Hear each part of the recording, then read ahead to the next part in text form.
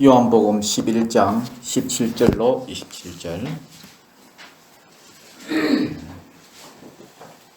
교독하도록 하겠습니다. 예수께서 와서 보시니 나사로가 무덤에 있은지 이미 나흘이라. 많은 유대인이 마르다와 마리아에게 그 오라비의 일로 위문하러 왔더니 예수께서 오신다는 말을 듣고 나가 마리아에게 마리아는 집에 앉았다. 마르다가 예수께 여짜오되 주께서 여기 계셨더라면 내 오라버니가 죽지 아니하였겠나이다. 그러나 나는 이제라도 주께서 무엇이든지 하나님께 하시는 것을 하나님이 주시기를 바랍니다. 예수께서 이르시되 내 오라비가 다시 살아나리라.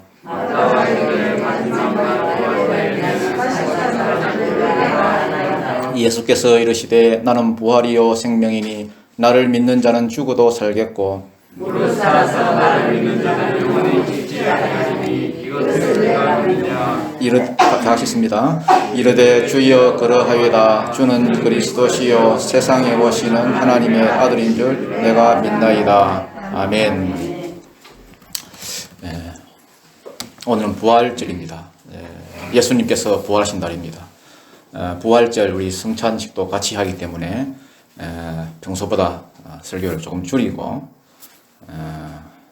뭐 여러분들 좀 아쉬움이 크겠지만 좀 줄이고 그렇게 성찬식하고 같이 거행하도록 하겠습니다.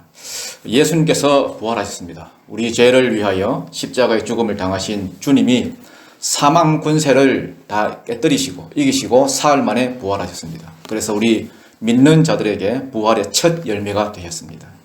부활의 첫 열매가 예수님께서 되신다는 그 말씀은 저와 여러분도 장차 주님과 함께 죽음에서 부활할 줄 믿습니다. 예수님이 부활하시고 난 후에 누구에게 제일 먼저 나타나셨느냐, 이게 참 중요해요. 제자들에게 나타나신 것이 아니라 제일 먼저 여자들에게 나타나셨어요. 누가복음 24장에 보면은 막달라 마리아, 요한나, 예수님의 어머니 마리아, 또 이런 쭉 다른 그 외에 그와 함께한 다른 여자들, 여자들에게 먼저 나타나셨어요. 그 다음 두 번째로 나타나신 게 누구냐 하면은 제자는 제자인데 12제자가 아니에요. 엠마오로 내려가던 두 제자. 이들은 12제자 안에는 안 들어있는 그런 평범한 제자들이거든요. 그런데 12제자들에게는 나중에 알리셨어요.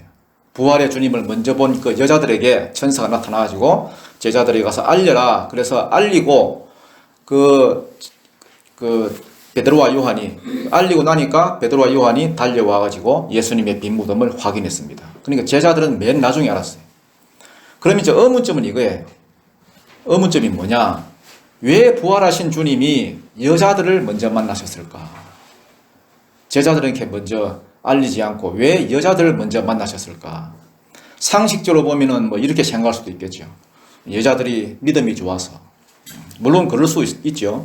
제자들은 다 도망쳤는데 남자들이 참 비겁해요. 십자가 딱 보니까 뭐 다 도망가잖아요. 근데 여자들은 예수님이 십자가 못 박히는 데까지도 따라가고 무덤에까지도 찾아가고 이런 걸 보면은 여자들이 제자들보다 믿음이 좋았다, 그렇게도 볼 수 있습니다. 그러면은 엠마오로 내려가던 그 제자들은 믿음이 있었느냐? 그런 것도 아니에요. 그들은 예수님이 부활하셨다는 소식을 들었거든요. 듣고도 낙심에 빠져가지고 절망에 빠져가지고 내려가는 중입니다. 믿음이 없는 자들이었습니다. 그러니까 믿고 안 믿고 그 기준을 가지고 부활의 모습을 보여주신 건 아니라는 겁니다. 그러니까 감사하죠. 그러니까 감사하지 않습니까? 믿음이 있는 자들에게도 나타나 주셨지만은 오락가락 하는 사람들에게도 부활의 주님은 나타나셨다는 겁니다. 사도 바울의 고백처럼 만삭되지 못하여 난 자 같은 나한테도 주님께서는 보여주셨다. 이게 우리의 신앙 고백이에요. 얼마나 감사한 일입니까? 그러면 왜 여자들에게 먼저 알리셨을까? 여자들은 그 당시 인간 취급도 못 받는 그런 존재였어요. 심지어 정인으로서 효력도 없었어요. 내가 뭘 봤는데도 내가 뭘 봤다 하면 그거 인정 안 했어요. 그 당시 여자들이 그런 존재였어요. 그래서 성경이 진리인 게 뭐냐 하면, 그래서 제가 참 이게 성경을 생각해 볼 때 이게 참 진리다. 만약에 부활이 누가 꾸며낸 이야기고, 만약에 조작된 내용 같으면은 보기 좋게, 아니, 남자들을 좀 내세워서 예수님 부활을 증거하라, 그렇게 하지 않겠습니까? 그게 훨씬 좋을 것 아니에요? 그럼에도 불구하고 증인의 효력도 없는 그 여자들에게 나타나시고, 제자들에게는 너희가 가서 알리래. 왜 그랬을까? 답은 간단합니다. 사실이니까. 부활하신 게 사실이니까. 사실을 가지고 꾸미고 자시고 할 게 뭐가 있습니까? 있는 그대로 그냥 기록한 거죠. 부활을 처음에 본 사람들이 여자들이니까. 꾸며낸 얘기 같으면 이렇게 안 했을 것 아니에요. 그러니까 성경이 진리란 거예요. 오늘도 예배드리는 여러분 심령 가운데 물론 믿음이 좋은 분들도 계시겠지만은 그분들에게도 예수님은 만나주셔요. 그러나 믿음이 굳지 못하고 흔들리는 사람에게도 예수님은 만나주십니다. 참 감사한 거예요. 참 감사한 거예요. 그러나 믿어지느냐 안 믿어지느냐 이거 하는 건 이거는 또 다른 문제죠. 우리가 신앙인이 되기 힘든 이유가 무엇입니까? 믿어지지 않기 때문입니다. 믿어지지 않기 때문에. 말 같지도 않죠. 신앙이라 그러면 믿는 사람들 아니에요. 믿는 사람이 되기 힘든 이유가 뭐냐? 믿어지지 않기 때문이다. 이게 말이야 방구야 이러죠. 도대체 뭐야 이게. 그런데 안 믿어지는 걸 어떻게 안 믿어지는 거예요? 여러분 부활이 믿어지십니까? 축복합니다. 네, 여러분 복 있는 사람들입니다. 이어령 교수라고 아시죠? 이어령 교수님. 참 한국의 자타가 공인하는 그러한 한국의 지성입니다. 지성. 이분이 50년 이상을 방황했습니다. 이분이 이런 말을 했어요. 세례받는 그 자리에서 이분이 그런 이제 간증을 했는데 그분 딸이 있잖아요. 이민아 목사님이라고. 딸이 그렇게 전도했는데도 불구하고 믿지 못했던 이유가 뭐냐? 이제 그 이유를 이제 세례받는 자리에서 이제 고백을 하는 거예요. 세 가지가 안 믿어지는 거예요. 세 가지가. 첫째는 창조가 안 믿어지더라. 창조. 두 번째는 부활. 세 번째는 성령. 이분은 참 정직한 분이죠. 대부분은 뭐 믿는다 하면서도 안 믿는 사람은 많은데 하나님이 천지를 창조하셨다. 예수님께서 부활하셨다. 성령님이 계신다. 이게 믿어지지 않아가지고 늦게까지 예수님을 영접하지 못했다. 뭐 이런 얘기를 합니다. 어떻게 해야 되죠? 어떻게 해야 믿을 수 있죠? 제일 중요한 건 하나님 말씀을 들어야죠. 믿음은 들음에서 나니까. 또 하나는 만나야 됩니다. 부활의 예수님을 만날 때 믿음이 생깁니다. 저는 도마에게 예수님이 하신 말씀이 기억이 나요. 도마가 못 믿겠다 하니까 자 만져봐라. 손바닥, 내 옆구리 다 만져봐라. 만져보고 믿음 없는 자가 되지 말고 믿는 자가 되라. 만지게 하셨어요. 저는 참 이걸 보면서 저도 부탁을 좀 하고 싶어요. 예수님, 우리도 좀 만질 수 있게 해주십시오. 우리 예명교회 성도들도 다 좀 만지게 해주십시오. 예수님을. 부활의 주님을 만나면 우리도 믿어지는 것 아닙니까? 오늘도 예배 시간에 이렇게 부활의 주님이 오셔서 나를 만져주시고 나 또한 그분을 만지는 체험이 있기를 바랍니다. 언젠가 그 차인표 씨가 그 탤런트 차인표 씨 아시죠? 예, 참 멋지게 생긴 분이고 참 성실하고 참 존경받는 그리스도인이라고 생각이 듭니다. 근데 입양 같은 것도 많이 하죠. 해외 입양 같은 거. 이분이 그런 얘기를 하더라고요. 그 인도 입양 아이를 이렇게 다 이렇게 안았을 때에 처음에 안았을 때에 예수님이 자기를 이렇게 안아주는 느낌을 받았다고. 그 아이를 이렇게 안을 때에 예수님이 나를 안아준다는 느낌이 확신이 들었대요. 본인의 체험이니까 뭐 남이 뭐라고 할 수는 없겠죠. 거기서부터 뜨거움이 생겨가지고 주님과 함께 동행하는 그런 삶이 시작됐다. 그러니까 부활의 주님이 그를 만져주신 거죠. 여러분 예배가 무엇입니까? 주님이 나를 만져주시는 시간입니다. 부활의 주님이 나를 만져주시면은 그때 확신이 오고 변화의 역사가 일어납니다. 많은 사람들이요, 내가 노력하면은 변한다고 생각하는데요. 진짜 변화는요, 부활의 주님 만날 때 변화가 시작됩니다. 노력이 아닙니다. 노력이라고 생각하니까 자꾸만 화가 나는 거예요.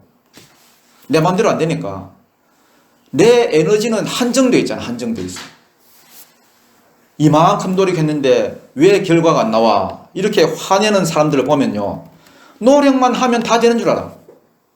내가 지금은 노력을 안 해가지고 지금 이렇게 살고 있지. 내가 노력만 해봐라. 그거 다 거짓말입니다, 여러분. 그리고 포기하면 또 되는 줄 알아. 포기하는 것도 아닙니다, 여러분. 내가 뭘 많이 포기했다, 다 내려놨다. 우리는 불교가 아니거든요. 불교는 다 그렇잖아요. 뭐 마음 비워라, 뭐 포기하라 그러잖아요. 우리는 불교가 아니거든요. 포기가 절대 아닙니다. 포기하면은 자랑하게 돼 있고요.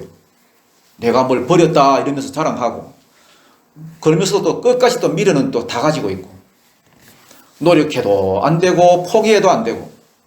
그게 인간이에요. 그게. 그렇게 해서 되는 게 아니고요. 가장 확실한 것은 부활의 주님이 오셔서 나를 만져주시는 거예요. 만져주시면 그냥 그때부터 변화가 일어납니다. 그게 결정적인 겁니다.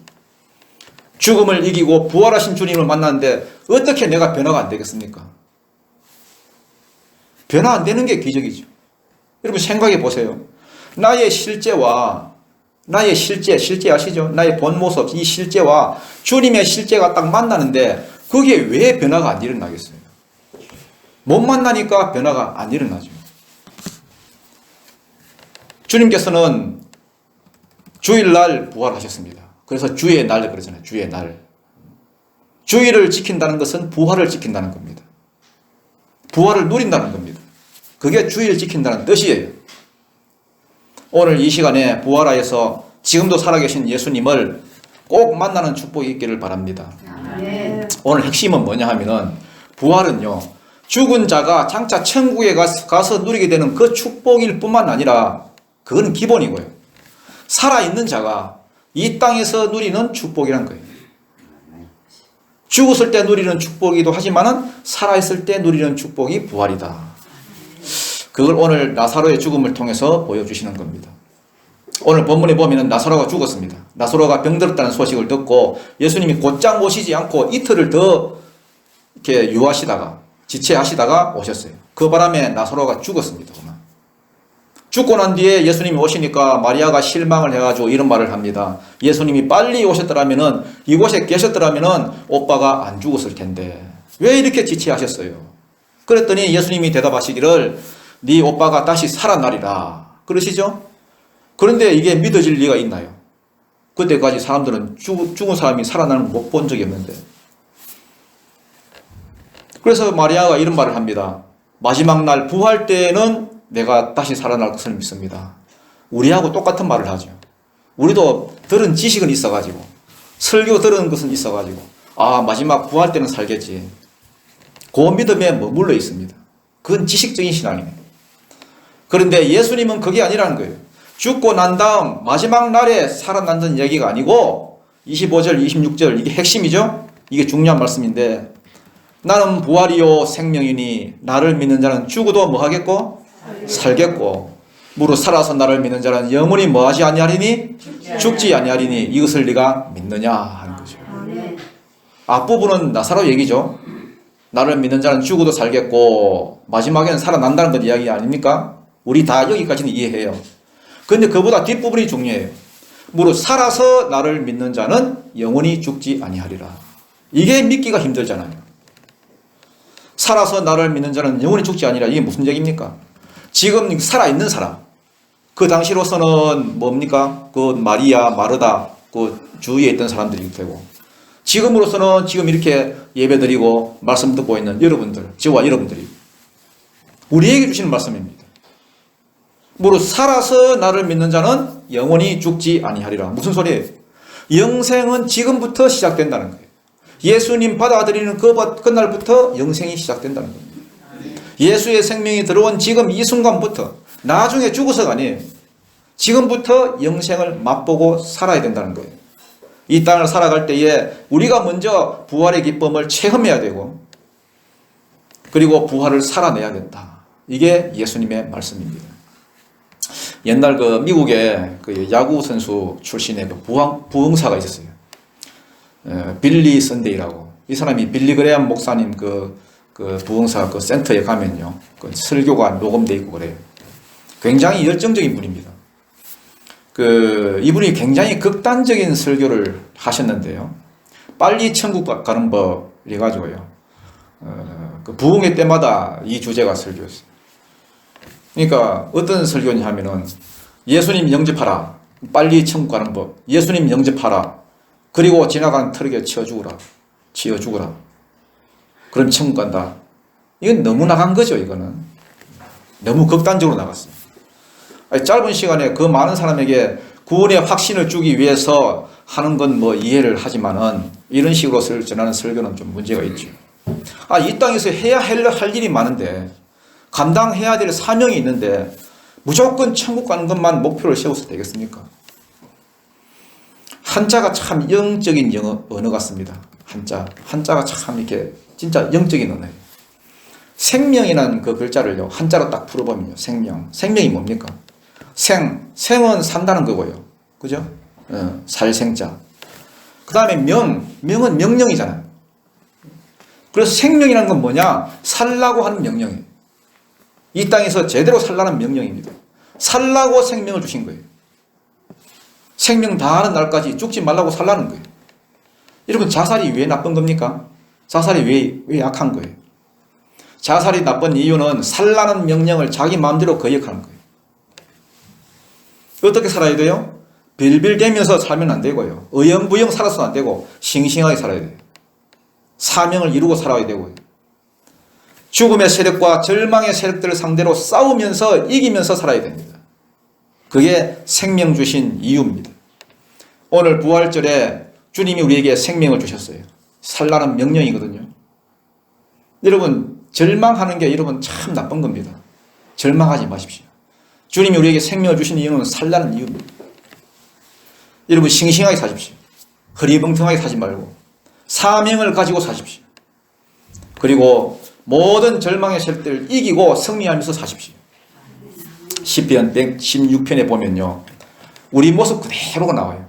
시편 116편에 보면 여기 보면은 뭐 죽겠다, 절망적이다 이런 표현이 8가지 쭉 나와요. 그 보면 뭐 사망의 줄, 뭐 세월의 고통, 그다음 환난, 슬픔, 눈물, 어려움, 사망, 뭐 이 정도면 어두컴컴하죠. 사망의 날이 줄이 나를 두르고 세월의 고통이 내게 이르고 환난과 슬픔을 만나고 뭐 이런 얘기가 쭉 나와요. 그리고 난 다음에 9절에 보면 이렇게 나와 있습니다. 옛날 성경이 저는 마음에 참 더 와닿는데요. 내가 생존 세계에서 여호와 앞에 행하리라. 치열한 생존 세계에서 여호와 앞에 행하겠다고. 이런 환난, 두려움, 뭐 침체, 어두움 다 있지만은 내가 생존 세계에서 치열하게 하나님 주신 생명 가지고 살아가겠다는 거예요. 이게 다윗의 고백입니다. 다윗이 언제 우울증에 빠지고 다윗이 언제 뭐 침체가 되고 그런 게 어디 있었어요? 환난, 어려운 게 얼마나 많았는데. 하나님께서 성령을 우리에게 보내주셨습니다. 성령이 하시는 일이 뭡니까? 싱싱하게 살라는 거예요. 사명 이루고 살라는 거예요. 이유가 뭐냐? 생명 주시는 영이 성령이기 때문에. 우리 모두 지금 절망이 있지요? 고난이 있지요? 뭐 저번 달보다 뭐 당장 뭐 수입만 조금 줄어들도 우리는 막 우울증에 빠지잖아요. 어떡할까? 막 침체에 빠지고 어깨 쭉 늘어지고. 그렇게 살지 말라는 거예요. 생명 주시는 영이 너희 속에 있지 않느냐. 죽음을 뛰어넘는 부활의 능력으로 살라는 겁니다. 성경에 보면은 하나님만이 주어가 되는 동사가 있어요. 참 독특한 동사인데요. 오직 하나님만 사용이 가능한 동사. 그게 뭐죠? 바라예요, 바라. 창조한다. 창세기 1장 1절에 보면 나오죠. 베레시트 바라 엘로힘. 태초에 하나님께서 천지를 창조하시니라. 이런 거는 여러분 한번 외워놓으면 좋아요. 베레시트 바라 엘로힘. 창조한다가 바라예요. 창조하는 걸 하나님 외에 누가 하겠습니까? 바라라는 동사가 유일하게 하나님만 쓰시는 동사예요. 창세기에 6번 나와요. 6번. 많이 나올 것 같죠? 6번. 그런데요, 이사야서에서는요 17번 나와. 17번. 놀랍지 않아요? 이사야서 배경이 여러분 잘 아시지 않습니까? 어떤 배경이에요? 어두운 배경이에요. 칙칙한 배경이에요. 우울증에 빠지기 좋은 그런 배경이에요. 죽기 직전이고 위기 가운데 놓여있는 절망적인 상황이에요. 절망적인 상황. 아수로 쳐들어오지요. 바벨론 쳐들어오지요. 무너지고 망하고 포로로 끌려가고 심장이 떨리는 그런 상황 아닙니까? 얼마나 어두컴컴합니까? 그때 이사야를 하나님께서 보내셔서 선포하신 말씀이 그거예요. 봐라. 내가 창조한다. 17번. 그 절망적인 상황 가운데서 하나님 하신 말씀이 내가 일하시겠다는 거예요. 내가 일하겠다는 거예요. 내가 창조하겠다는 거예요. 죽음과도 같은 상황에서 내가 정말로 아무것도 할 수 없는 그런 상황에서 하나님이 일하신다는 거예요. 이 하나님께서 육신의 몸을 입고 이 땅에 오신 분이 예수님 아닙니까? 예수님이 죽으시고 부활하셨어요. 부활의 영이 성령 아니에요? 성령님이 또 우리 안에 와 계셔요. 성령이 우리의 가운데 오셨다는 것은 우리와 함께 봐라! 창조하시겠다는 거예요. 너의 인생을, 너의 미래를, 너의 삶을, 너의 미래를 내가 창조해 나가겠다. 그러면 우리는 아멘 하면 되죠. 아멘. 그러면 우리 삶에 무슨 불가능이 있겠습니까? 다 이길 수 있는 거죠. 그러면 승리의 관건이 뭐예요? 관건이. 내가 죽는 거예요. 내 자아가 죽는 거예요. 죽어야 부활의 능력이 임합니다. 죽지 않으면요, 내가 하려고 하죠. 내가 하려고 하면 참 힘듭니다. 모든 게 힘들어요. 근데 죽으면 쉬워요. 왜? 하나님께서 일하시기 때문에. 그게 갈라디아서 2장 20절이죠. 내가 그리스도와 함께 십자가에 못 박혔나니 그런 적 이제는 내가 산 것이 아니요 죽었다는 거죠. 오직 내 안에 그리스도께서 사신 것이다. 나는 죽고 그리스도가 부활하고 이게 매일매일 삶 속에 반복이 돼야 돼요. 나는 죽고 그리스도가 살고 나는 죽고 그리스도가 살고. 네? 그게 부활의 능력이 나한테 계속해서 부어지는 그것은 방법이에요. 지금 예수님이 나사로가 죽은 다음에 찾아오신 이유가 뭡니까? 다 끝났는데, 다 죽었는데, 나사로. 왜냐하면 죽어야 부활의 능력이 임하니까. 99세의 나이 다 끝난 아브라함에게 아들 주겠다는 이야기가 똑같죠. 아브라함이 일부러 불가능한 상황을 만들어 놓았었죠. 죽음의 상황을 만들어 놓은 거예요. 그러니까 아브라함은요, 시간이 가면 갈수록 절망이 더해지는 것이 아니라 하나님의 부활의 능력이 그 확실함만 더해지는 거예요. 우리도 마찬가지입니다. 우리 삶에서 어려움이 더해진다는 것은 내 삶에 질곡이 있고 어려움이 더해지고 고난이 더해진다는 것은 기적의 능력이 더해진다는 거예요. 절망의 상황이 더해진다는 것이 아니라. 어려움이 올 때에, 고난이 올 때에 세상에서는 끝이라 그래요. 왜? 상황만 보니까. 너 끝나가네. 너 끝이야. 끝났다 그래요. 그런데 하나님은 그때 시작이란 말합니다. 너 끝났니? 나는 지금 시작이야. 한국말에 보면요. 전에도 한번 이렇게 설교했던 것 같은데 한국말에 보면은 참 이게 아리송한 말이 있어요. 끄트머리라는 말이 있어요. 끄트머리. 끝과 머리가 합쳐진 거예요. 끝과 머리가. 절망적인 상황이 올 때에 세상은 끝이라 하잖아요. 그런데 하나님은 끝이 머리가 된다는 거예요. 머리. 부활의 주님이 우리에게 오시면요. 현재의 영성을 줘요. 현재의 영성. 대부분 사람들이 막 과거에 사로잡혀서 살지 않습니까? 과거의 상처, 과거의 실패, 과거의 절망 여기에 다 사로잡혀가지고 전부 다 과거에 매달려 삽니다.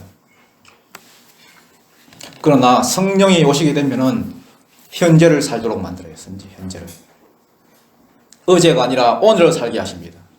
이제 끝났다가 아니라 계속해서 만들고요. 계속하게 만들고 한계를 뛰어넘게 만듭니다. 그게 부활의 능력이에요. 우리가 어떤 위기 상황 가운데 놓여 있을 때에 거기서 멈추면은 그게 우리의 한계예요. 한계가 되고요. 어떤 사람은 평생 한계를 가지고 살아가는 사람이 있고요. 어떤 사람은 평생 피해의식 속에 살아가고 패배의식 속에 살아가고 상처 가운데 살아가고 과거를 못 벗어나요. 그 한계를 못 벗어나요. 자기 한계를 못 벗어납니다. 그거 마귀가 던져주는 덫이거든요. 더 넓은 곳으로 갈 수 있는데 한계를 딱 지어줘요, 마귀는. 그러면 그렇지, 너 봐라. 그때 포기해버리면 그게 자기의 한계예요. 베드로가 예수님 부인했잖아요. 포기했잖아요. 포기하면 한계잖아요. 끝이잖아요. 다시 고기나 잡으러 갈래 이러면서 또 과거로 돌아갔어요. 그런데 부활의 주님이 오셨지요. 오셔서 하신 일이 뭡니까? 한계를 깨버리는 거죠. 넌 여기서 끝이 아니야. 이제 시작이야. 너 날 사랑하니? 그러면 내 양을 먹이라. 분명히 끝난 줄 알았는데 시작이 되게 만드시잖아요. 끝인 줄 알았는데 머리가 되게 만들었어요. 끄트머리예요, 끄트머리.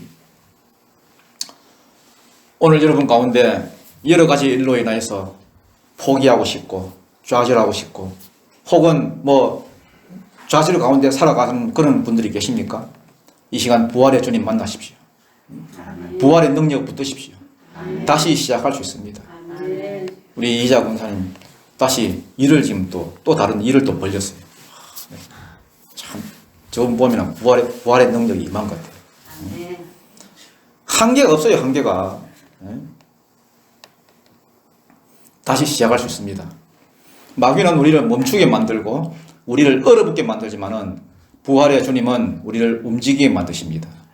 오늘 여러분의 한계를 다 깨버리고 좌절의 한계를 다 깨버리고 부활의 주님과 함께 움직이시기 바랍니다.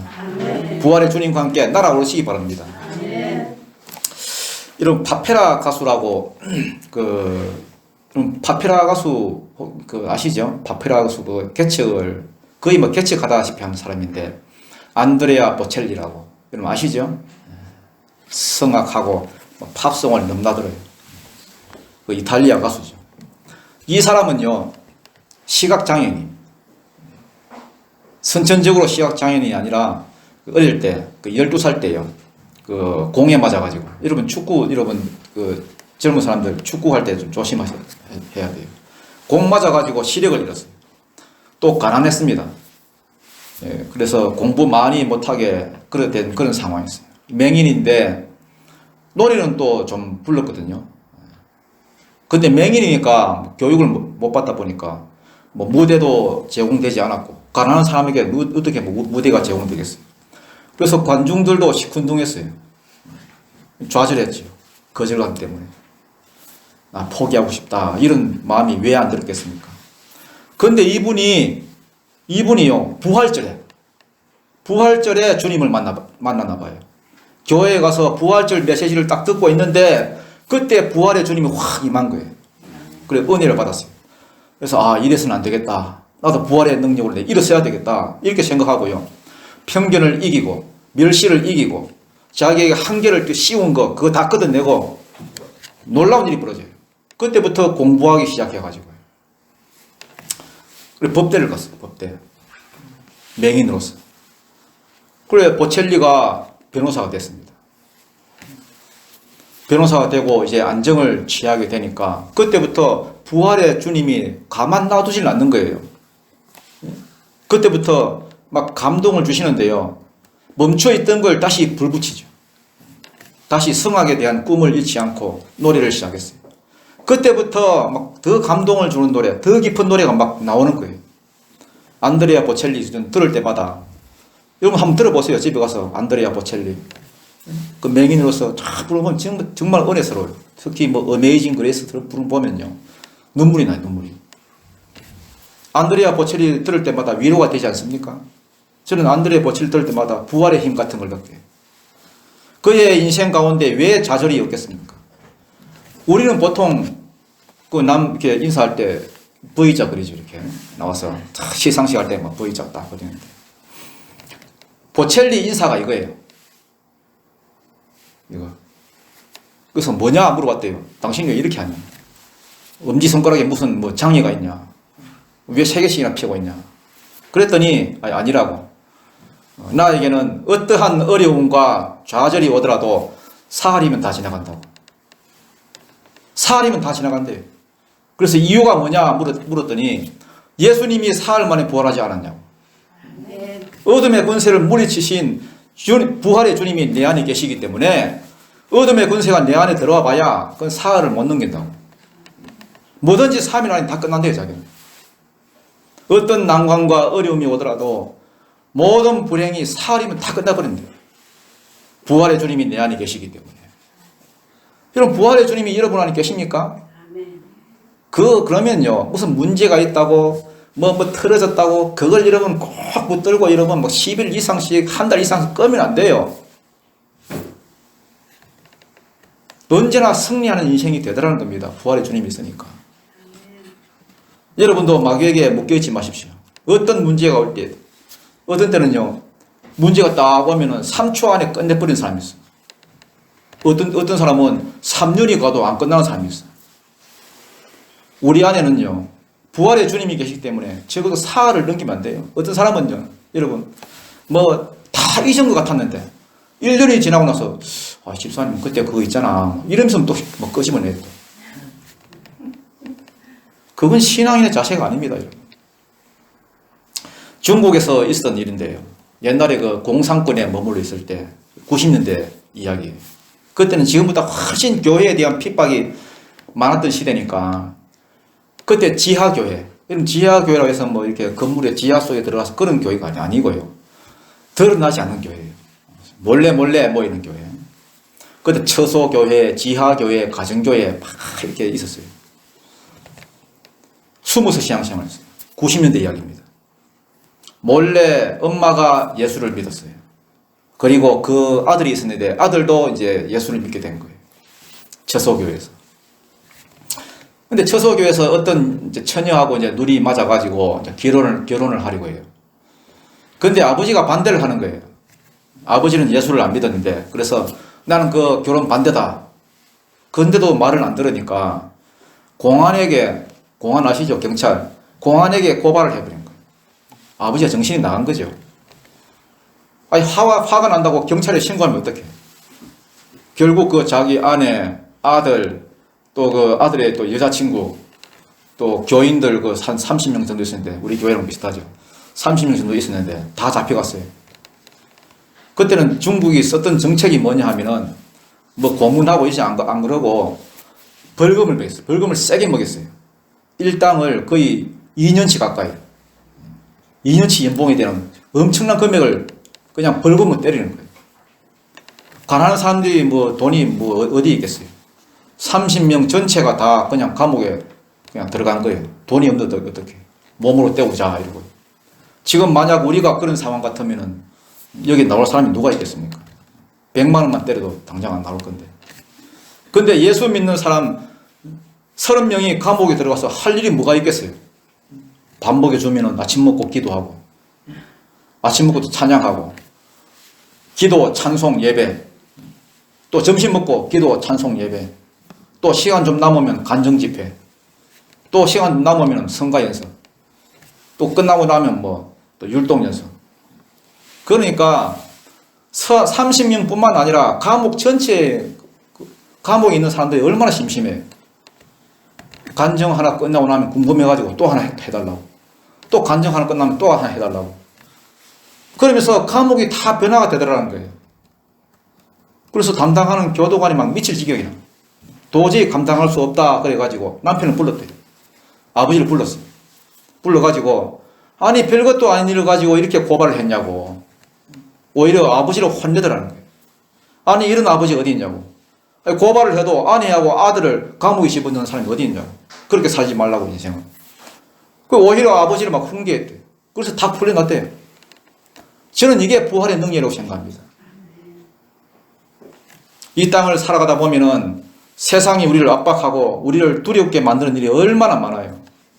그래서 괜히 주눅 들고 압박감을 느끼고. 그렇지만 사실은 그들이 우리를 두려워하고 있는 거예요. 세상이 우리를 두려워해요. 왜냐? 우리 속에는 부활의 영이 있기 때문에. 부활의 영이 들어와 있기 때문에. 우리가 세상을 두려워할 일이 뭐가 있어요? 세상은요, 정말 우리가 바르게 살고 바른 신앙생활을 하면 우리를 두려워해요. 죽음은 생명을 이기지 못합니다. 그러니까 여러분 아무 걱정할 것 없이 하나님만 두려워하시고요. 하나님만 믿고 나아가십시오. 부활의 주님만 붙들고 나아가면은 그때 승리해요.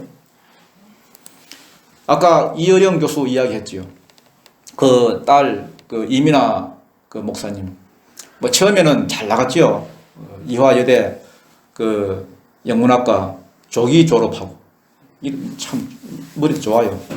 그래가지고 또 저 미국에 건너가지고 김한길 씨하고 결혼했죠.